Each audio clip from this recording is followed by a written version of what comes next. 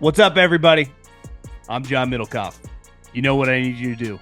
Subscribe to our YouTube channel. We got content for days reacting to every NFL game all the time, every single day. Subscribe, like the videos.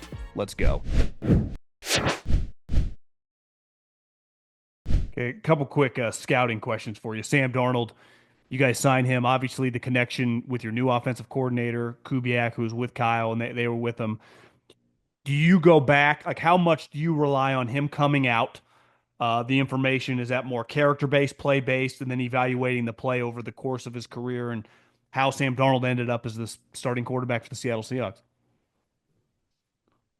Yeah, really just preparing for, what that period of time right around the Senior Bowl and the Combine is really like a preparation for, like, what's the landscape going to look like and how quickly can we pivot. So, if things are going a certain way with the negotiation, how do we pivot? So getting everybody on the same page. So relying on Coobs for sure, like the experience you had with Sam, Kevin O'Connell, professional friend of mine.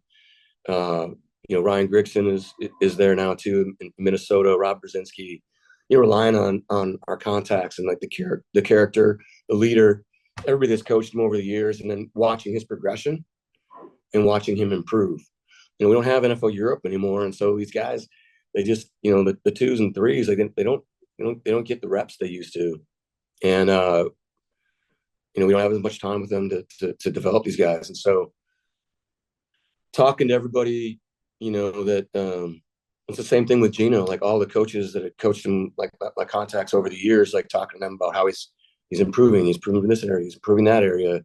And then to put that on film too, to sit and study as a group, to have sit down with Coobs and the offensive staff and Mike and work through the process of evaluating his progress and what that looks like, and can we help him, can we not? So it all goes in, all the character, all the background that we've learned over the years from my friend like Fit and Scott Fitter and Dan Morgan, those guys in Carolina, and then all the coaches that have been around him with the Jets, and then Coobs in San Francisco. Well, Geno and Sam, I think, are good examples. Like, everything you've ever heard about him, great guy, great guy, great guy. And I'm sure you hear that when you're scouting a player like that, or from other places. But like, when you're going to sign a guy, you extended Geno, or first signed him, I guess, as the backup originally, but Sam as your starter. At what point do you go, okay, I got 15 people telling me, like, I feel really good about bringing this individual? Because you can't just go off, hey, Middlekauff told me he spent the weekend with him. Awesome dude. Like, there has to be some sort of line. It's like, we're good with this. Yeah, that's where, that's where, we've made some of our biggest mistakes, is just not taking as much time, as we possibly should with all the contacts that we have, right? So have we covered all of our bases? Have we checked all the boxes, and making sure that we're signing the appropriate person for our building, because we think we love the people, whether it's our equipment staff, video, our trainer, our sports science group's amazing. So how can we take care of these people, and are we going to be able to support them? And so that's really the bottom line with it, and just where he's been going. Seeing him, having having Coobs, Clint, with him in a very, very similar system, it's hands on. So yeah, it's all of it. The NBA Finals are here, and this is your last chance to bet on the NBA until next season. And the DraftKings Sportsbook, an official sports betting partner of the NBA, is pulling out all the stops to make it a finals to remember.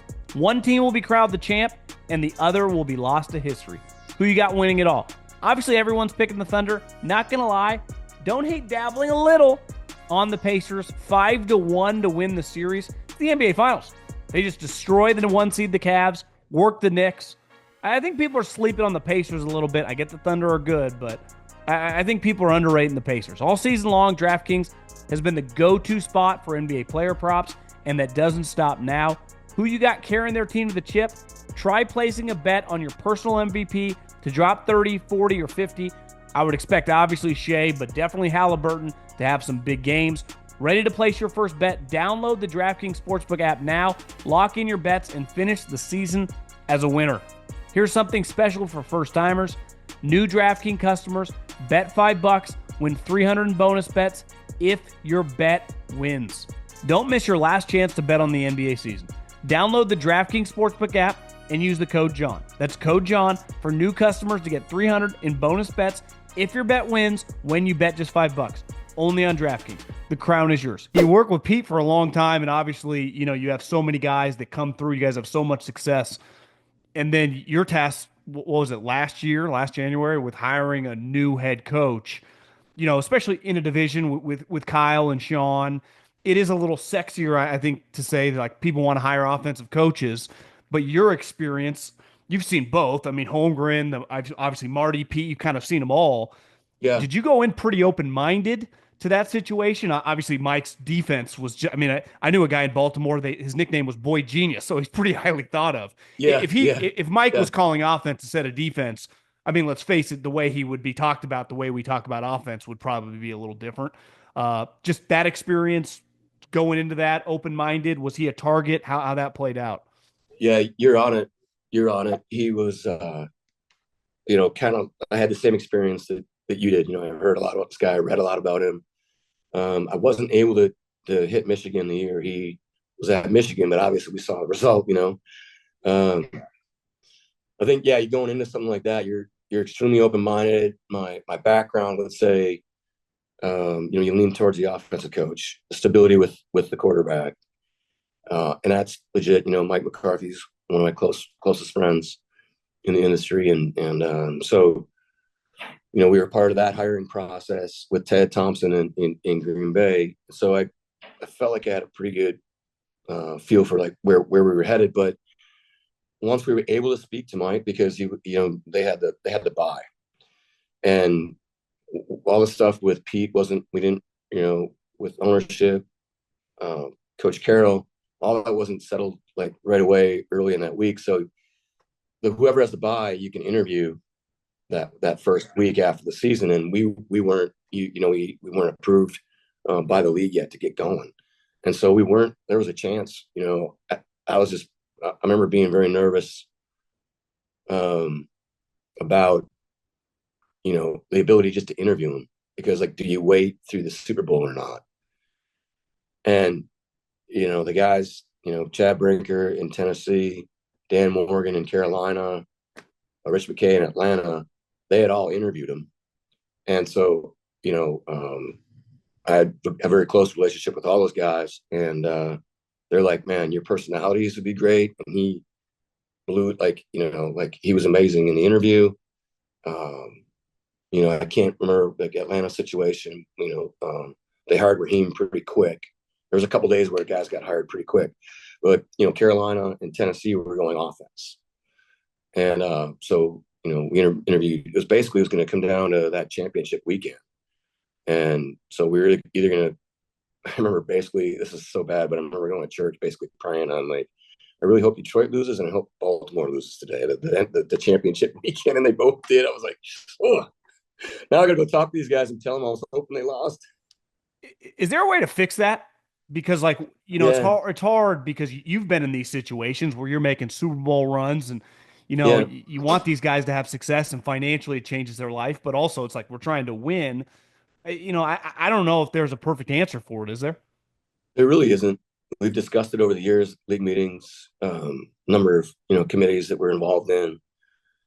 There really isn't a perfect. I mean, I think we're constantly like we do every year. We're constantly trying to tweak things to improve the product. So I think that's something that we'll discuss as well as we move forward. But yeah, we went through it with Gus Bradley, Dan, DQ. It's like it's so interesting because you're kind of helping guys. You want to help them get ready, and then you're playing in big time games. So. And I think DQ went straight from here to Atlanta. Yeah, we did. Yeah.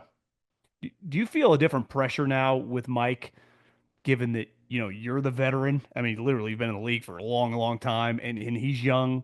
It's almost flip-flopped, like with Pete and you when you were onboarded, I guess, back in 2010. Wow. Great question, man. Yeah. It was, yeah, I definitely feel like the older brother, much like Pete was with me. You know, I don't know if it's pressure, because we're every day is a, you know, you're just stacking to get better every single day. So that hasn't changed, but it's definitely more of a, you know, I could talk to Pete about, you know, like studying Brett, to your point earlier, like, yeah, wow, you got to have patience with quarterbacks. I mean, Brett was like, that was my first exposure to, you know, a big time NFL quarterback. Like, there was a lot of interceptions, you know. Yeah. But you know, but just I could talk to you about that, and whereas Mike's kind of like, wow, what was Brett Favre like? You know, you know, that sort of stuff. So the experience is different, right? You know, like we're getting ready to draft Russell Wilson here.